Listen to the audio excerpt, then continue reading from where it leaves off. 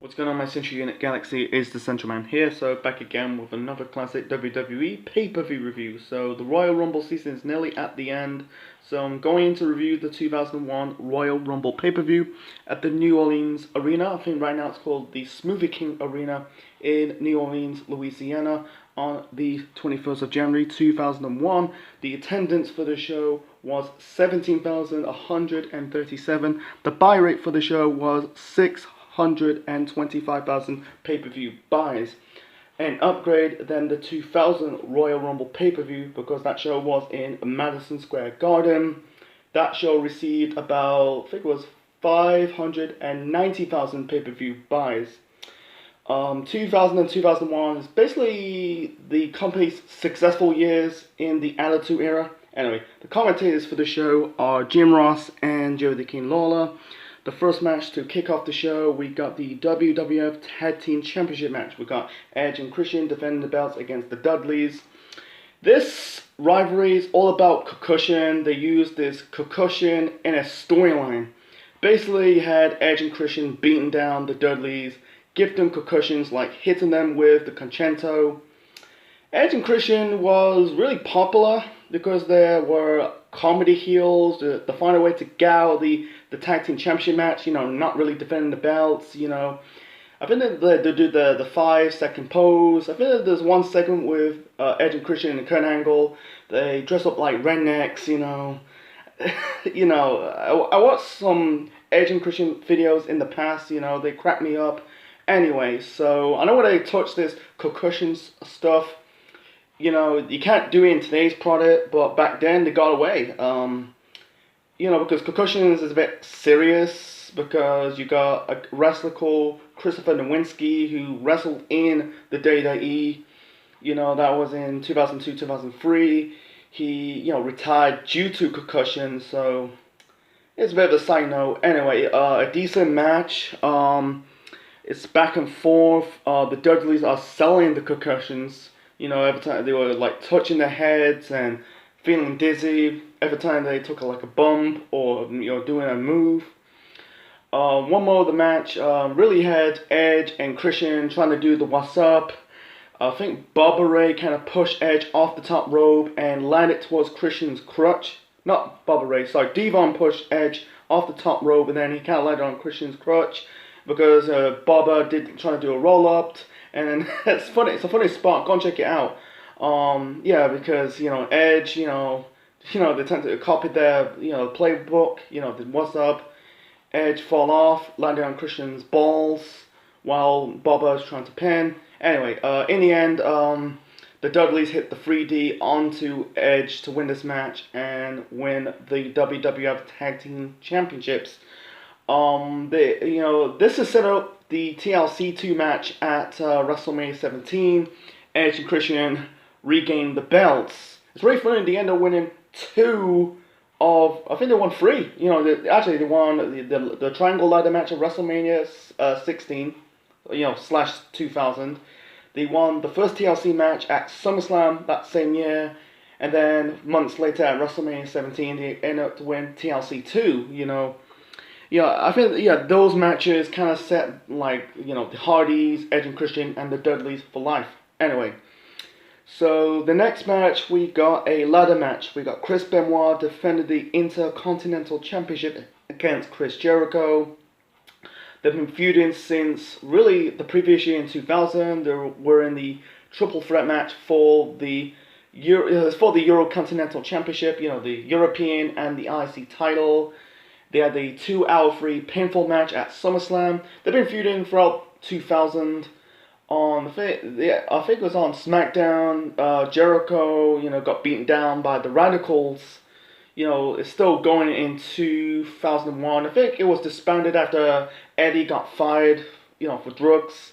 Anyway, so on the Go Home show to SmackDown, you had Benoit wrap the ladder onto Jericho's arm, locked him in the cripple crossface. Give some heat going into the ladder match at the pay-per-view.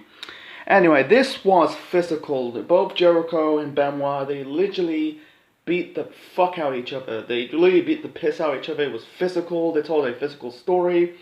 There's one physical moment in this match.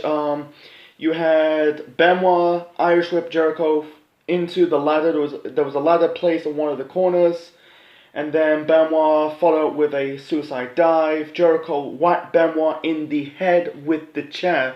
It's very funny that a decade later, because at WrestleMania 27 in 2011, Triple H got in trouble because he hit Undertaker in the head with the chair. It's really funny, like, in a decade later, they banned chair shots to the head, concussions. Anyway, Jericho locked Benoit, Benoit locked Jericho with the crippled crossface. Jericho locked Benoit with the walls of Jericho onto the top of the ladder. That was cool. It's very, I think it was walls of Jericho, that was a cool. I don't think he did it ever since. He didn't do the same hold in the match against Shawn Michaels for the world title in that ladder match in No Mercy in 2008. 7 years later. Yeah. Did I 7 years later? Oh, 6 years later, actually. Anyway, no, 7 years. Anyway, so in the end, Jericho knocked Benoit off the ring, grabbed the ladder, climbed the ladder, and grabbed the title and become the new Intercontinental Champion. It's really funny that Benoit only hold the belt for 1 month because he defeated Billy Gunn. That was at Armageddon, the previous month's pay-per-view. So anyway, it's a good story. Benoit and Jericho end up becoming a tag team. Later on in the year, they won the tag team titles from Austin and Triple H on Raw.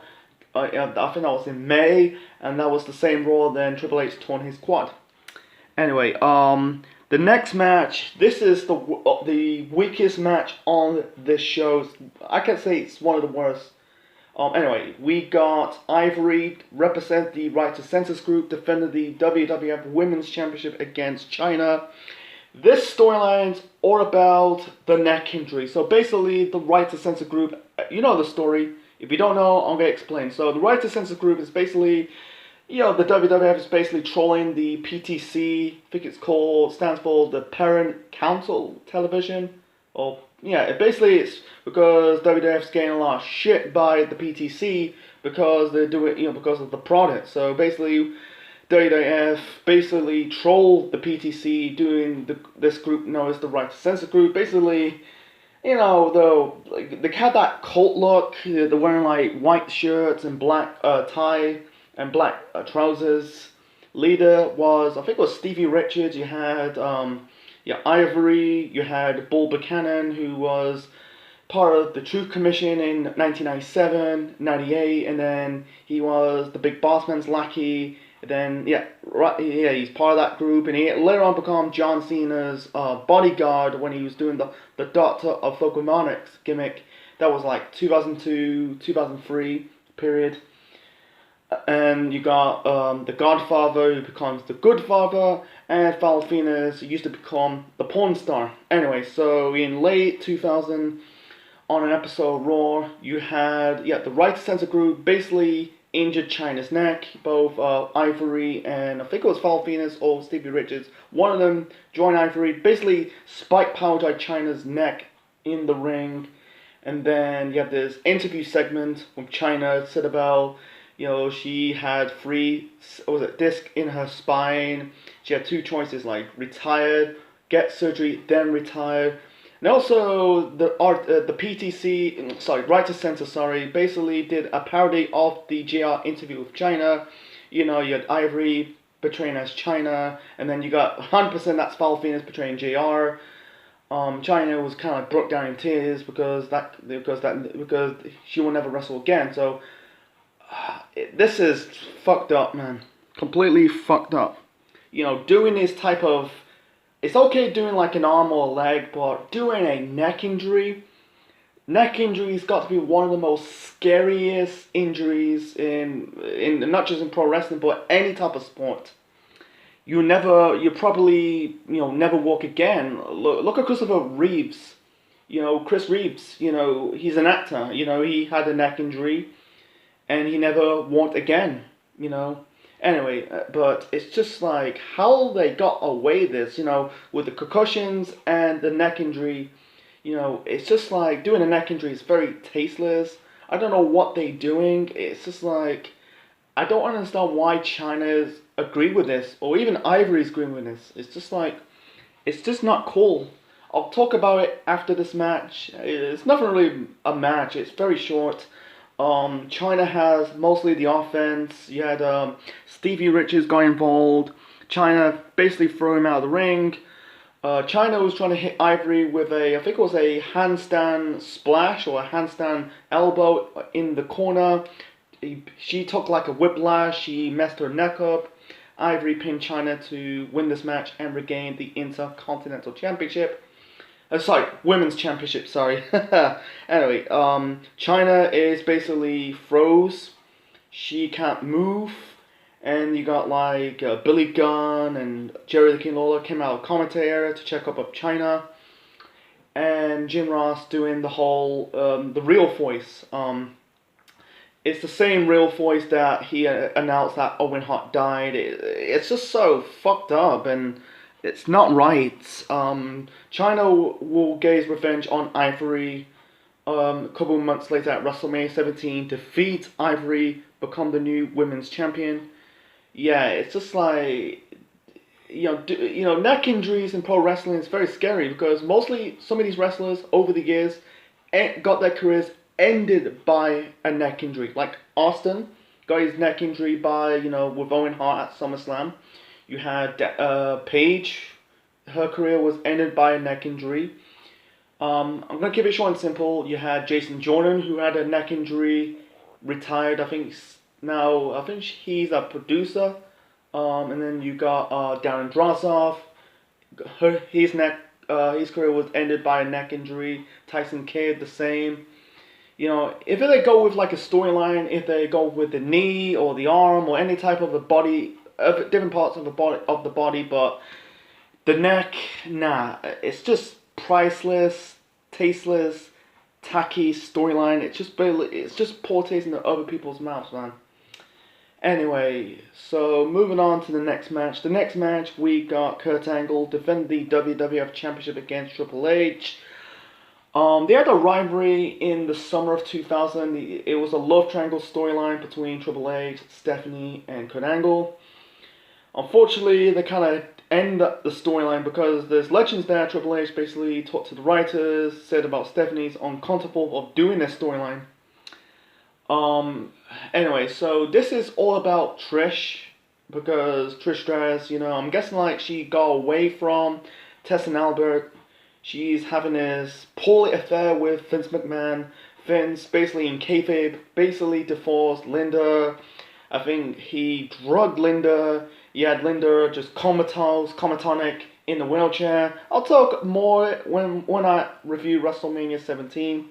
Anyway, so the championship is basically a third wheel. It's all about just, Trish and Stephanie.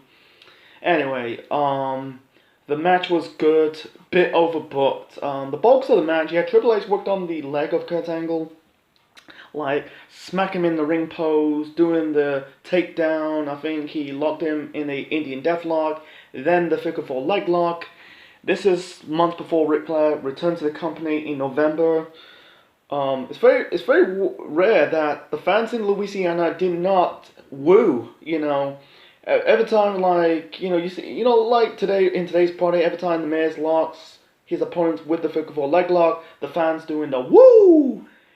On the show, they didn't woo. I know it's a reference to Ric Flair because at the time WCW was still in business.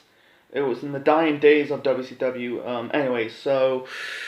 I think Trish got involved.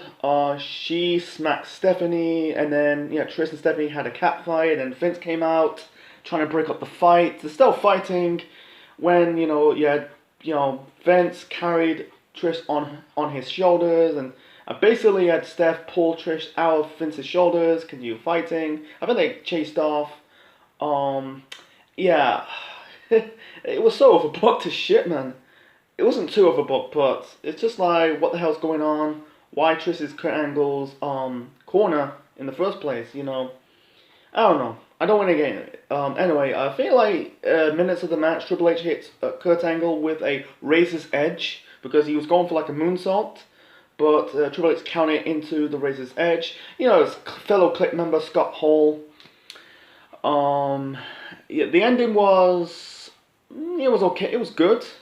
You had like a referee bump because Triple H hated Earl Hebner. I think in kayfabe rise because over the years, you know, Triple H has this mini feud with Earl Hebner, the referee. You know, they kind of like getting in the face, pushing each other. Anyway, in the end, you had Austin interfered. Reason why, because Triple H cost Austin the WWF Championship match against Kurt Angle weeks before this pay-per-view. He basically beat down Triple H, hit him with the championship belt, hit him with I almost say Tombstone power driver, the Stone Cold Stunner. Angle pins Triple H to win this match and retain the WWF Championship. I think this is starting his first reign as champion. I think he won it did he win it 4 times? 5 times. Yeah, because he won the title at No Mercy, you know, defeat the Undertaker at in November at Survivor Series, and then he defended it in that 6-man Armageddon Hell in a Cell match at Armageddon. I covered that show last month, you know, and also he successfully defended the title at the Royal Rumble. So basically, it's about 4, 5, going on to 6 months.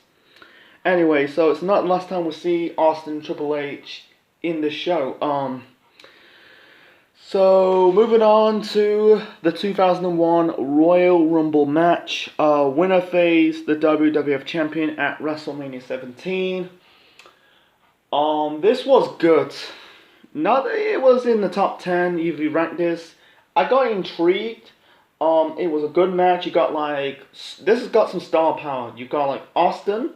You had Taker, you had Kane, you had The Rock, you had the Hardys, you got some low mid card acts.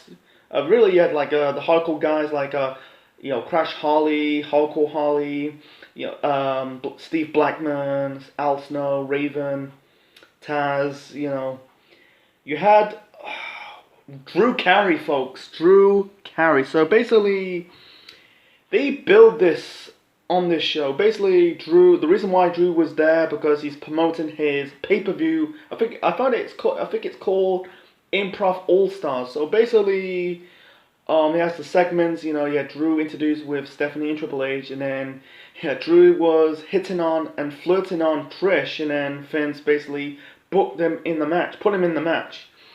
This was after the Hardys got eliminated, and then Drew didn't do nothing.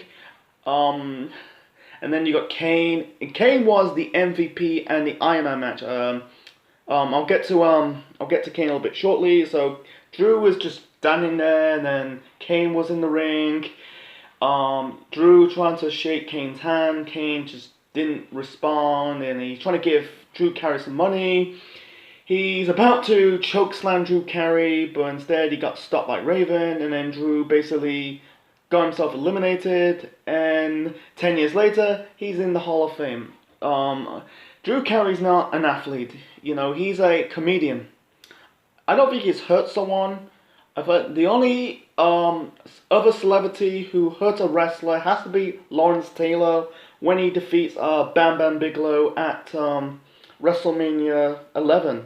Because that really killed Bam Bam Bigelow's career, completely dead in WWF in 1995. You know, he never recovered after that.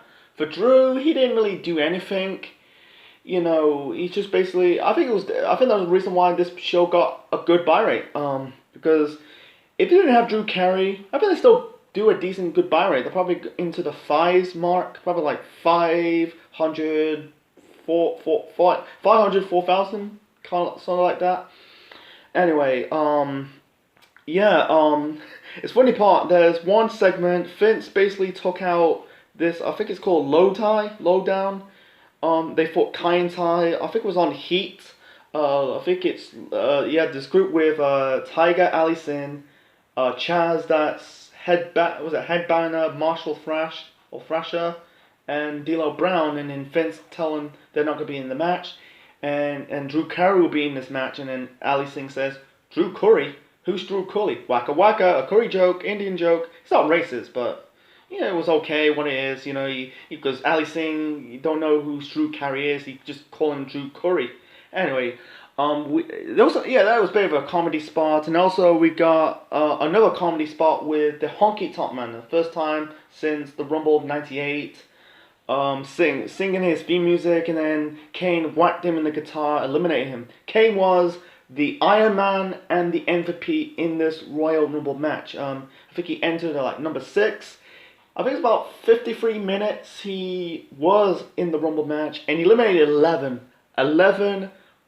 competitors in a single Royal Rumble match. He broke Austin's record, Hogan's record, and that lasted about until 2014 by Roman Reigns. He eliminated 12. I'm not going to talk about Braun Strowman's record. That greatest Royal Rumble, that show in Saudi Arabia back in 2018, that doesn't count. And the latest person who broke the record is Brock Lesnar. I think he eliminated 13 person in a Rumble match. That was last year's Royal Rumble pay-per-view. Anyway, so there's some story going into it. The hardcore moments with the hardcore guys, with trash cans. You had, I think it was Al Snow kind of roll the bowling ball into the balls of Raven. And then we got serious wrestlers, with like the star power with Kane, Rock, and Undertaker, Austin, former world champions. And then you got Austin, who came out, got attacked by Triple H because Triple H basically cost Triple H the title match, and it set up the 3 Stages of Hell match at No Way Out the following month.